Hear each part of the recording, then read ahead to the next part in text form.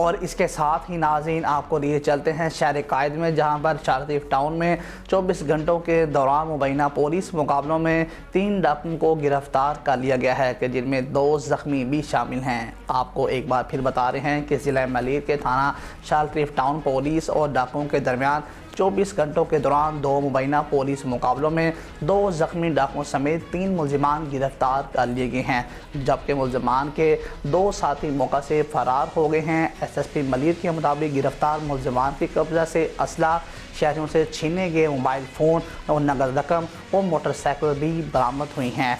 SHO का मज़ीद कहना है कि ज़ख्मी मुलजिमान नदीम और आशरफ पुलिस को इंतहाई मतलूब थे, जो कि लूट मार की दर्जनों वारदातों में मुलव्विस थे। पुलिस का मज़ीद ये कहना है कि गिरफ्तार मुलजिमान के फरार साथियों की गिरफ्तारी के लिए छापामार कार्रवाइयाँ जारी हैं।